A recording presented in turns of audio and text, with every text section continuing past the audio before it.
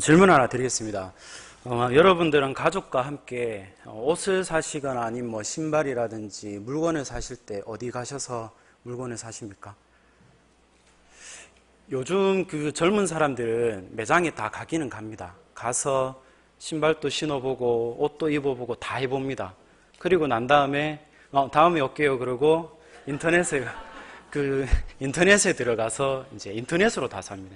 인터넷이 같은 메이커이면서도 똑같은 제품이고 가격이 조금 더 싸기 때문에 보통 이제 인터넷으로 많이 구입을 하죠. 근데 어르신들 중에서 그리고 또 이제 우리 40대 이상 분들은 보통 이제 백화점에 가시거나 아니면 여기 전문적인 매장에 가서 물건을 많이 고릅니다. 그런데 여기 전문점에 가서 우리가 물건을 구입할 때 어떤 생각으로 구입을 하십니까? 보통 우리가 구입을 하면 뭐 나에게 잘 어울릴까, 어떠한 물건을 살까, 뭐 색상이라든지 실용성이라든지 그런 것들을 많이 생각을 하게 됩니다. 그런데 전문적인 매장이 아니라 이제 물건을 대량으로 파는 곳이나 뭐 가격을 아주 싸게 파는 집에 가서 살 때, 그리고 거기에 그 물건에 뭐 이제 상표가 나이키가 붙었다든지 아디다스가 붙었다든지 이런 유명한 상표가 붙은 것을 보면 맨 처음 드는 생각이 있습니까? 저는 그런 것들 딱 봤을 때 딱 먼저 드는 생각이 뭐냐면은 이 상품이 진짜일까 가짜일까 이 생각이 딱 먼저 듭니다. 왜 이렇게 싸게 파는 걸까? 대량으로 띄워가지고 이게 진짜일까 가짜일까? 가짜라고 생각을 하고 사죠 보통. 예. 그런데 우리가 전문적인 매장에 가서 이 물건이 진짜일까 가짜일까 생각해 보신 적 있습니까? 전문적인 매장에 가서 백화점에 가서 백화점 딱 갔는데 이 물건이 진짜일까 가짜일까 거의 생각은 안 할 겁니다. 예, 이것이 진짜라고 생각을 하고 사기 때문이죠, 물건을. 그렇다면 우리가 이것을 내 삶의 신앙으로 가져와서 한번 생각을 한번 해보겠습니다. 나의 신앙은 그렇다면 나의 신앙은 진짜인가 가짜인가? 그런 생각 해보신 적 있습니까? 저는 굉장히 많이 합니다.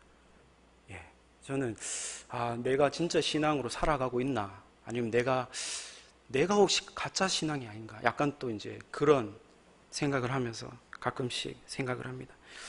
그래서 우리가 전문적인 매장에서 뭐 진짜 가짜인지 생각하지 않은 것처럼 내 신앙은 진짜인가 가짜인가라는 생각조차 하지도 않고 사셨던 분들이 아마 대부분일 거라 생각이 듭니다. 그런데 성경은요, 오늘 성경에서는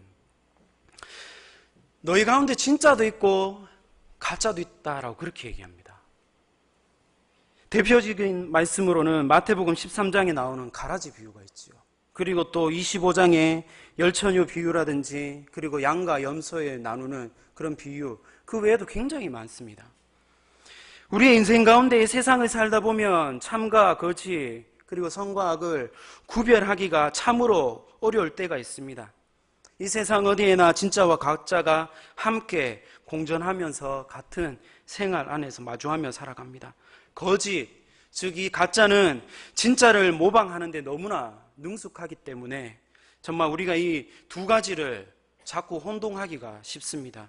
그래서 오늘날 누가 가인인지 오늘날 누가 아벨인지 구별하려면 매우 날카로운 눈을 가지고 살아가야 한다는 것이죠. 그리고 내가 진짜인지 가짜인지 정말 그 성령의 영적인 눈으로 나 스스로를 돌아봐야 한다는 것이죠. 내 신앙생활을 다시 한번 성경에 비춰서 경각심을 가지고 가인의 길이 아닌 아벨의 길을 걸어가자는 말씀을 제가 이 시간에 먼저 드리고 싶습니다.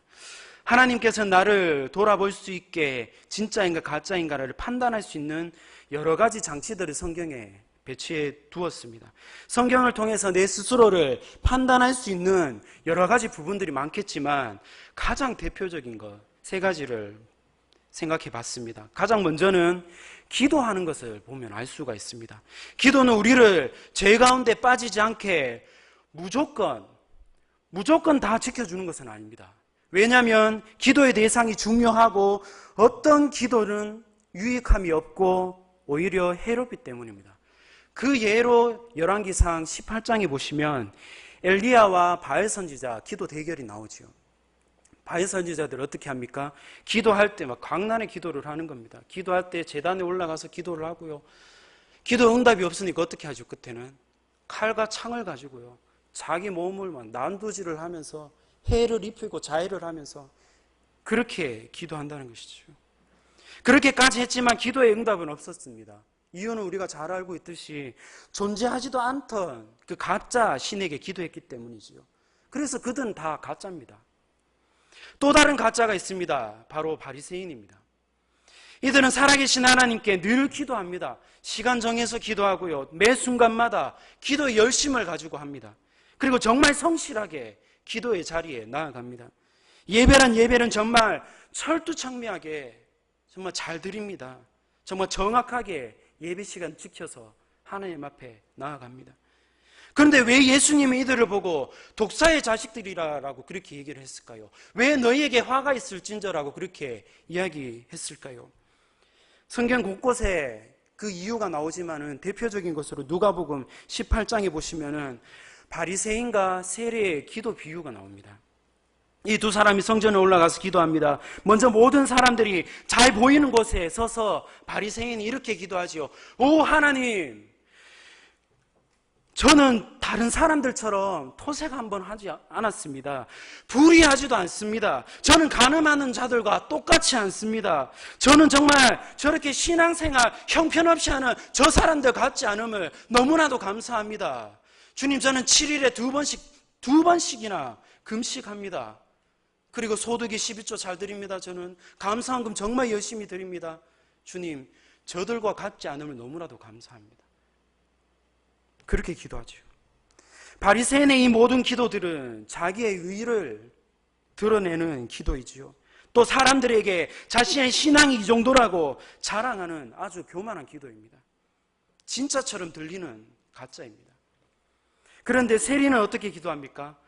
저 멀리 사람들 보이지 않는 곳에 가서 감히 하늘을 볼 수 없었습니다. 세리는 감히 눈을 들어 하늘을 바라보지 못하고 가슴을 치면서 이렇게 기도합니다. 아이고 하나님, 저의 죄를 용서하여 주십시오. 저를 불쌍히 여겨주십시오 라고 그렇게 기도합니다. 주님께서 이 기도를 들으시면 누구를 보고 과연 진짜라고 이야기하실까요? 분명한 것은 진정어린 회개의 기도가 말씀을 붙잡고 그 말씀대로 살려고 노력하기를 원하는 그 기도가, 그리고 내 이웃의 고난을 나의 고난인 것처럼 생각하고 그를 위하여서 기도하는 그 기도가 바로 진짜 기도라는 사실입니다. 두 번째로는 말씀을 사모하는 것입니다. 혼란스러운 구약시대에, 오늘날에도 마찬가지겠지만 정말 구약시대의 선지자들이 굉장히 많이 나오고 있습니다. 그런데 이 사람이 누가 진짜 선지자인지, 누가 가짜인지, 누가 정말 하나님의 말씀을 받아서 나오는 그 예언자인지, 아니면 누가 흉내만 내는 그런 가짜인지 구별하기가 힘들었을 겁니다. 그럼에도 한 가지 구별법이 있습니다. 구약 성경을 보면 대언서라고 해가지고 이사야, 예레미야, 다니엘서, 그리고 12선지서, 호세아부터 말라기까지 성경의 1장부터 조금은 다르지만 성경의 1장부터 이렇게 다 나옵니다. 누구의 아들에게 누구에게 하나님의 말씀이 임하니라. 그리고 또 여호와가 요나에게, 나훔에게, 호세아에게 말씀하시기를, 전부 다 이런 표현이 다 나온다는 거죠. 이것은 바로 하나님의 말씀이 먼저 선지자 본인한테 임하고 그 임한 말씀이 본인의 말씀의 능력으로 그 삶에 나타나서 자기에게 먼저 영향을 받는다는 것이죠. 선지자 스스로가 먼저 그 말씀의 영향을 받고 그렇게 임한 말씀을 가지고 백성에게 전하는 사람이야말로 진짜 선지자입니다. 가짜 선지자를 어떻게 합니까? 말씀을 사랑하지도 않습니다. 말씀이 임하지도 않습니다. 말씀이 임하지도 않았는데 전혀 답답해하지도 않습니다. 말씀을 구하지도 않고요. 그러면서 임하지도 않은 그 말씀을 혹 내한테 하나님께서 정말 각별하게 임하는 그런 것처럼 정말 자기 마음 내키는 대로 얘기하고 제멋대로 행동하고 그렇게 나에게 정말 하나님 말씀이 임했다라는 그런 신실한 선지자처럼 그런 척을 하면서 이야기한다는 것이죠. 우리는 어떠합니까? 진짜 제대로 된 성숙한 그리스도인은 어떻게 합니까? 말씀을 사모하고 있습니까? 그 말씀의 영향을 받으면서 우리는 살아가고 있습니까? 그 말씀을 내 마음에 모시고 살려고 노력하고 있습니까? 만약 그렇다면 그 사람은 정말 성숙한 그리스도인입니다. 미숙한 사람은 어떻습니까? 말씀에 관심이 없습니다. 말씀이 임하지도 않을 뿐더러 임한다 해도 전혀 거기에 대해서 반응이 없습니다. 그리고 말씀이 임하지 않아도 앞에서도 얘기한 것처럼 답답해하지 않습니다. 말씀이 임하지 않아도 답답해하지 않습니다. 회사에서 월급 안 올려준다고 답답해하지요. 그리고 승진 못했다고 답답해하지요. 돈 없다고, 성적 안 올랐다고, 취업 못했다고, 내 아들, 내 자녀들 결혼 못했다고 답답해하지, 정말 말씀 안 들리는 것에 답답해하지 않습니다. 그런데 꼭 이런 분들이 교회에서 때로는 말썽을 일으킵니다. 하나님의 말씀이 나에게 임한 척 하면서 내가 기도해 보니까 내가 하나님께 나에게 말씀 하나를 주셨는데 꼭 그런 말을 먼저 이야기하면서 정말 신앙생활 잘하는 집사님한테 가가지고 김 집사님 그렇게 살면 안 된다고, 회개해야 된다고, 헌금 많이 해라, 내가 기도해 보니까 그렇게 하면 안 된다고. 어떻게 보면 이 말이 맞는 것 같습니다. 그렇지만 이런 말을 하면서 그 사람을요 정죄하기 시작합니다. 그때부터 정죄하고요, 아프게 하고, 비판하고, 눈물 흘리게 만들고, 가슴에 몽을 받고요. 고린도 14장 3절에 보면 이런 말씀이 있습니다. 그러나 예언하는 자는 사람에게 말하여 덕을 세우며 권면하며 위로하는 것이요. 여기에서 말하는 예언하는 자라는 말 그대로 하나님의 말씀을 받아서 전하는 사람을 지칭하는 것과 함께 또 다른 말로는 하나님의 말씀을 듣고 그대로 살아가는 사람, 그리고 삶으로 드러내며 신앙의 본보기를 보여주는 그리스도인을 지칭하는 겁니다. 그래서 우리 그리스도인은 선지자의 역할, 그리고 제사장의 역할을 하는 동시에 우리가 이 내뱉는 이 말들이죠. 내뱉는 이 말들, 서로를 위하여서 권면해 주는 말들은 어떻게 해야 됩니까? 아까 전에도 얘기했듯이 덕을 세우기 위함이고, 또 뭐지요? 위로해 주기 위함이고, 상대방을 살리고 생명을 주기 위한 말들이어야 한다는 것이죠. 그런데 우리는 교회 안에서 하나님의 말씀을 가지고 상대방에게 어떻게 이야기합니까? 상대방을 아프게 하고 정죄하고 그들 가슴에 몫을 받는, 정말 그들에게 정말 하나님께서 과연 우리에게 어떻게 말씀을 하실까요? 나는 너희를 정죄하러 온 것이 아니다. 생명을 주러 왔고 평안을 주러 왔고 위로하고 너의 눈에 흐르는 눈물을 닦아주려고 이 땅에 온 것이다라고 우리에게 말씀하지 않습니까? 나의 삶에 주님의 말씀이 임하기를 우리 함께 기도하기를 원합니다. 그 말씀대로 살려고 노력하는 자들이 되었으면 좋겠습니다. 그리고 마지막으로는 시련을 통해서 내가 진짜인지 가짜인지 구분할 수가 있습니다. 지금 어떤 시련을 겪고 있는지는 몰라도 우리 각각 한 사람 한 사람에게 모두 다 시련이 다 있습니다. 시련을 겪고 있는 그 동안에 우리는 신앙 시험을 치르고 있는 거나 마찬가지입니다. 그럴 때 우리 신앙이 진짜인지 가짜인지가 드러나게 됩니다. 또 진짜라면요, 이 신앙이 진짜라면 강한지 약한지가 드러나게 된다는 사실이죠. 그래서 그것은 시련을 겪어보면 금방 알 수 있습니다. 다이아몬드 감별하는 법 중에서 굉장히 많다고 해요. 많다고 하는데 그 중에서 입김 테스트라는 것이 있습니다. 다이아몬드에 이렇게 이제 갖다 대고 입김 후 불면 가짜는 입김이 서려서 점처럼 사라지지 않는다고 합니다. 그런데 진짜는 입김이 거의 사라지지 않을 뿐만 아니라, 거의 서리지 않을 뿐만 아니라 입김이 금세 사라진다고 합니다. 입김을 후 불면 진짜는 서리지도 않고, 그리고 서린다고 해도 그 즉시 사라진다고 하죠. 하나님도 우리의 신앙이 진짜인지 가짜인지 그 시련이라는 그것을 통해서 우리 삶에 후하고 보십니다. 하나님이 이 사람이 진짜인지 가짜인지 몰라서가 후 부는 게 아닙니다. 시련을 주는 게 아닙니다. 하나님은 다 아십니다. 시련을 주는 이유는 진짜인지 가짜인지 내 스스로가 알 수 있도록 하기 위함이죠. 그 힘든 시련을 통해서 제발 좀 진짜인 척 그만하고, 제발 좀 정말 말씀 앞에서 너 자신을 생각해보고 스스로 돌아보고 점검해봐라는 것이죠. 그래서 시련 중에 어느 정도 인내하는지 우리 스스로 한번 테스트 한번 해보십시오. 조금만 힘들어도 도망치고 포기하고 예수 안 믿는다고 얘기하고 나는 이제부터 교회 안 나겠다고 다 필요 없다고 얘기하고요. 정말 하나님이 날 버렸네, 나는 이제 망했네라고 그렇게 이야기하는 분들도 있습니다. 그러면 정말 가짜일 가능성이 높습니다. 아이고 목사님 저는 그러면 가짜네요 이렇게 이야기하시는 분들도 계신데 아닙니다. 잠시 입김이 서릴 수 있습니다. 그러나 진짜라면요, 진짜라면 입김은 금방 사라져버리고요. 그 분명히 불평하고요, 원망하고요, 울고불고 해도 반드시 돌아옵니다. 이 자리에요. 그래도 주님 앞에 엎드리고 교회에 나옵니다. 그러면 그 사람 진짜입니다. 진짜가 맞기는 맞는데 믿음이 약한 것을 하나님께서 보여주기 위함이지요. 우리가 시험을 봐야 자신의 성적이 얼마나 나오는지 알고 더 노력하는 것처럼 시련은 믿음의 테스트입니다. 그런데요, 오늘 이 시련이 오늘 본문 말씀에도 나옵니다. 베드로에게 똑같이 나옵니다.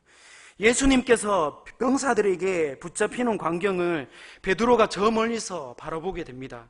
그런데 그 옆에 있는 사람들이 너도 예수와 똑같이 있는 사람 아니냐, 너와 같이 다녔던 사람이 아니냐라면서 베드로를 고발합니다. 베드로는 그 순간에 굉장한 두려움을 느꼈을 겁니다.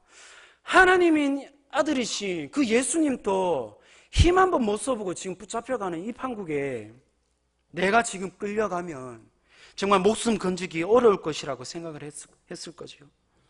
베드로는 생사의 그 갈림길에서 정말 예수님의 그 제자라는 그 하나 때문에 앞으로 나에게 다가올 그 모든 엄청난 고난과 시련을 어떻게 내가 감당해야 하지라는 생각으로 그 마음에 두려움이 일어났습니다.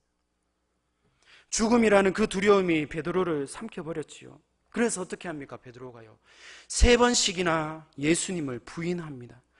방금 전에 내 앞에 보였던 그 두려움과 시련이 이제 그 부인을 통하여서 지나간 듯 싶었습니다. 죽음의 그림자가 이제 내 앞에 보이지 않아서 안도의 한숨 쉽니다. 아이고 이제 살았네, 이제 살았네. 그런데 그때 어떻게 합니까? 어떻게 됩니까? 60절에요 그때 닭이 곧 울더라. 베드로가 닭울음소에 전식이 번쩍 듭니다. 내가 지금 무슨 짓을 한 거냐, 내가 지금 무슨 짓을 한 거냐. 조금 전만 해도 내가 주님을 위해서 목숨 바치겠다고 그 모든 다짐들이 무색할 만큼 마치 딴 사람인 양 내가 정말 돌변했구나. 정말 내가 3번씩이나 예수님을 부인했구나. 아, 정말 나는 가짜였구나. 베드로의 그 깊은 곳에서부터 울음이 터져나갑니다. 베드로는 그 닭울음 소리를 듣고 난 후에 즉시 예수님께 시선을 향했습니다. 그런데 예수님과 눈이 마주칩니다. 61절에 보십시오. 주께서 돌이켜 베드로를 보시니, 여기서 이야기하는 보시니라는 표현은 헬라어로 아나브레포라는 이 단어를 쓰는데, 이 단어를 조사해 보니까 이 단어의 뜻이 우러러 본다는 의미가 내포하고 있다고 성경에, 그 주석에 있습니다. 우러러 본다, 이 의미를 내포하고 있는데요, 누가복음에서 예수님께서 우러러 볼 때 일어난 일들이 엄청난 기적으로 다가오는 사건들이 많습니다. 첫 번째 9장에는 예수님께서 하늘을 우러러 보시고 기도한 후에 오병이어의 사건이, 역사가 일어납니다. 또 19장에 예수님께서 돌무화과 나무에 올라가 있는 삭개오를 우러러 보시면서 삭개오야 내려오라, 우러러 보시면서, 그랬더니만 삭개오에게 엄청난 변화의 역사가 일어났습니다. 닭이 울고 난 다음 자연적으로 베드로의 눈이 예수님께 돌아갑니다. 그 눈이. 근데 이미 예수님은 끌려가면서부터 베드로를 우러러 바라보고 있었습니다. 이때 놀라운 역사가 일어납니다. 어떻게 됩니까? 62절에 베드로가 그 즉시 밖에 나가서 회개하며 통곡합니다. 베드로는 정말 소름 돋을 정도로 부끄러웠습니다. 내 자신이 너무나 부끄럽고 정말 이 정도밖에 되지 않는 그 자신에 대해서 너무나 한탄스러웠습니다. 그래서 베드로는 심히 통곡하지요. 세상이 떠나갈 것처럼 웁니다. 그 통곡과 눈물은 정말 회개의 자리를 만드는 것을 볼 수가 있습니다. 예수님의 그 마지막 눈빛이, 마지막 베드로를 우러러 보면서 그 눈빛이 정말 베드로를 다시 무릎 꿇게 만드는 귀한 십자가라는 사실이죠. 여러분, 진정한 회개는 예수님께서 우리를 우러러 보심으로 우리가 그 눈빛과 마주쳤을 때에 일어나는 놀라운 역사입니다. 그래서 우리는 계속적으로 예수님께 정말 시선을, 그 초점을 계속 맞춰 나가면서 살아가야 된다는 사실이죠. 또한 우리의 모든 시련을 감당할 수 있는 비결은 주님의 눈과 항상 마주침이 있어야 됩니다. 마주침이 계속 있어야 된다. 그 주님과의 눈빛으로 교감하는 그것이 바로 우리를 다른 곳에 마음이 뺏기지 않게끔, 뺏기지 않고 시련이 있을지라도 그 길로, 그 십자가의 길로 걸어갈 수 있고 끝까지 인내할 수 있다는 사실입니다. 그런데 우리는 예수님의 눈과 마주하기를 원하지 않습니다. 내가 보고 싶은 것만 봅니다. 시련이 있으니까 예수님을 바라보고 예수님과 눈을 마주쳐야 되는데 우리가 인사할 때도 눈을 마주치면서 인사하지요. 지사님 여기 계신데 이렇게 하면서 안녕하세요 이렇게 하진 않지 않습니까? 눈을 마주치는 게 굉장히 중요합니다. 우리가 시련을 당할 때 예수님의 눈을 바라보십시오. 그 눈에서 하나님의 생명이 나옵니다. 내가 힘을 얻을 수 있는 그 능력이 나온다는 사실이지요. 그런데 나는 보고 싶은 것만 봅니다. 아플 때요. 그러니 내 마음이 완악해지는 것밖에 되지 않습니다. 그렇다 보니 우리는 늘 착각 속에서 살아갈 때가 많습니다. 예수님 곁에만 있다 보니까 내가 정말 뭔가 된 줄 알았습니다. 스스로 수제자라 여겼기에 이제 내가 선 줄 알았습니다. 좋은 말씀을 들었기에 나는 꽤 괜찮은 사람인 줄 알았습니다. 교회의 모든 봉사와 헌신 다 감당하니 아이고 훌륭합니다. 주위에서 인정해 줍니다. 모든 이들에게 칭찬받고 귀하다고 하면서 대단하다고 하면서 높임 받으니 정말 내가 신앙의 대선배인 것처럼 그렇게 느껴집니다. 어느 순간에는요 정말 내 어깨가 자연스럽게 올라가지요. 그런데요 알고 보니까 나는 정말 가짜였습니다. 내 자신에게서 한 걸음도 더 나아가지 못했고요. 그동안 정말 입만 열면 큰 소리만 쳤고요. 내 전부를 내려놓아야 할 그 상황, 베드로처럼 죽음 앞에서 나의 모든 것들을 내려놓아야 할 그 상황 앞에 내가 서고 보니까 나는 여전히 가짜였습니다. 베드로 얘기입니까? 아니면 내 얘기입니까? 지금 이 앞에 서 있는 저의 이야기입니다. 그리고 여러분들의 이야기가 될 수도 있습니다. 그렇다면 예수님의 제자로 따른다는 것이 무슨 뜻입니까? 숱한 기적들을 다 보고요. 많은 말씀을 바로 곁에서 듣고 따랐는데 그들에게 무슨 능력이 됩니까? 그러나 그것이 그 모든 것들 우리의 실상입니다. 예수님을 따른다고 하지만 소명을 받지 못한 자들의 실상이고요. 예수님을 좋아하지만 아직 팬 수준밖에 되지 않는 우리의 실상입니다. 우리는 베드로의 연약한 모습에 우리의 자신을 돌아봅니다. 믿는다고 하지만 정말 순교적 상황이 오면 배신의 유혹은 뿌리치기가 정말 힘들 것입니다. 그러나 그것을 다 알고 계신 주님께서 다시 베드로를 만나주시지 않습니까? 사랑으로 괜찮다고 다시 베드로를 안아주십니다. 그때 베드로의 인생이 다시 바뀝니다. 다시 예수님을 만난 그는 정말 강한 진짜 사나이가 됩니다. 이후에 베드로는 기독교의 역사에서 한 획을 그을 정도로 복음을 전하다가 순교의 자리로 나아갑니다. 정말 세상 속에서 파묻혀가지고 기도와 말씀 그 안중에도 없는 나의 삶, 고난과 시련이 찾아올 때만 잠깐 주님 찾았다가 이제 괜찮아지면 당신 누구세요라고 주님을 외면해버리는 나의 그런 연약한 모습들. 예수님께서 그럴 때마다 다시 나를 찾아와서 계속 사랑으로 안아주십니다. 괜찮다라고 다시 나와 함께 가자고 그 길을 이끌어 주시고, 그리고 다시 그 길을 보여주십니다. 남녀노소 할 것 없이 진짜 사나이가 가야 할 그 길을 우리에게 보여주신다는 사실입니다. 우리 모두 주님께서 보여주신 그 십자가의 길을 선택하여 걸어가기를 소망합니다. 그래서 우리가 훗날에 주님 얼굴 볼 때 본향에서 주님이 우리 보고, 아이고 그래 성경아, 진짜로 살아가기 힘든 세상인데 많이 힘들었을 텐데 그래도 끝까지 진짜로 살아줘서 너무나 고맙다라고 그렇게 칭찬 듣는 우리 모두가 되기를 원합니다. 기도하겠습니다. 하나님 아버지,